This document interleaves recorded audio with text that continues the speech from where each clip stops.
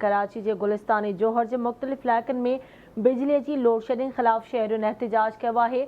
White house, शहीद शाह इनायत village, Sachal ॻोठ ऐं ॿियनि इलाइक़नि जे रहवासियुनि टायरनि खे बाहियूं ॾेई एहतजाजी मुज़ाहिरो किया है। सचल थाणे की पुलिस मुज़ाहिरो कंदड़नि ते लठबाज़ी कई है, जॾहिं त हवाई फायरिंग जे सबबि सीनियर वकील समेत 4 ॼणा ज़ख़्मी थी पिया। मुज़ाहिरो कंदड़नि ते पुलिस लठबाज़ी ऐं हवाई फायरिंग में 4 ॼणा ज़ख़्मी थिया आहिनि। हिकु ॼणो गिरफ़्तार भी कयो वियो आहे।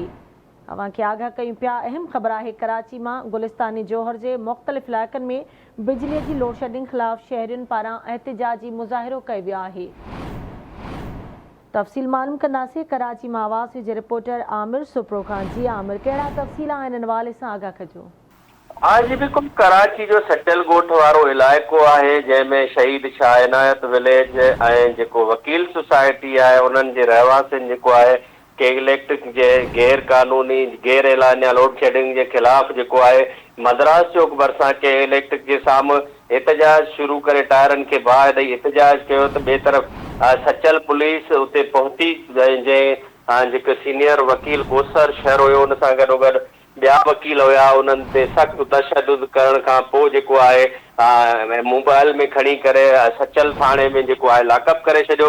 जंहिं बाद इलाइक़े जे मुख़्तलिफ़ आयल माण्हुनि एहतजाज जो जेको आहे दाइरो वधाए के इलेक्ट्रिक पुलिस खिलाफ़ सख़्तु नारेबाज़ी कई आहे ऐं जेको ज़ख़्मी जेको वकील आहे उनखे बि पुलिस थाणे ते पहुची वई। ॿिए तरफ़ हींअर बि जेको आहे कोसर शहर समेत जेके हाई कोर्ट जा वकील आहिनि उहे सचल थाणे जे साम्हूं धरणो हयूं वेठल आहिनि ऐं उन्हनि जो चवणु आहे त जिन पुलिस एहलकारनि असां ते तशद्दुद कयो आहे, जेसिताईं उन्हनि खिलाफ़ को मुक़दमो या एफआईआर दाख़िल नथी कई वञे उन ताईं जेको आहे सचल थाणे जे अंदरि धरणो जारी रहंदो। ॿिए तरफ़ वकीलनि जो इहो बि चवणु आहे त जेको एसएचओ सचल आहे उन ते एफआईआर कई वञे ऐं ॿियो के इलेक्ट्रिक जेकी नाजाइज़ी आहे गैर कानूनी एलानिया उन्हनि खिलाफ़ बि केस दाख़िल करे वञे। वॾे तादाद में इलाइक़े वासी ऐं जेके सीनियर वकील आहिनि उहे सचल थाणे ते मौजूदु आहिनि। उन्हनि जो चवणु आहे त पुलिस ते केस दाख़िल कयो वञे, तंहिंखां पोइ जेको आहे एहतजाज ख़तमु कयो वेंदो। जी ठीकु आहे, मुंहिंजी महिरबानी आमिर अपडेट करण लाइ।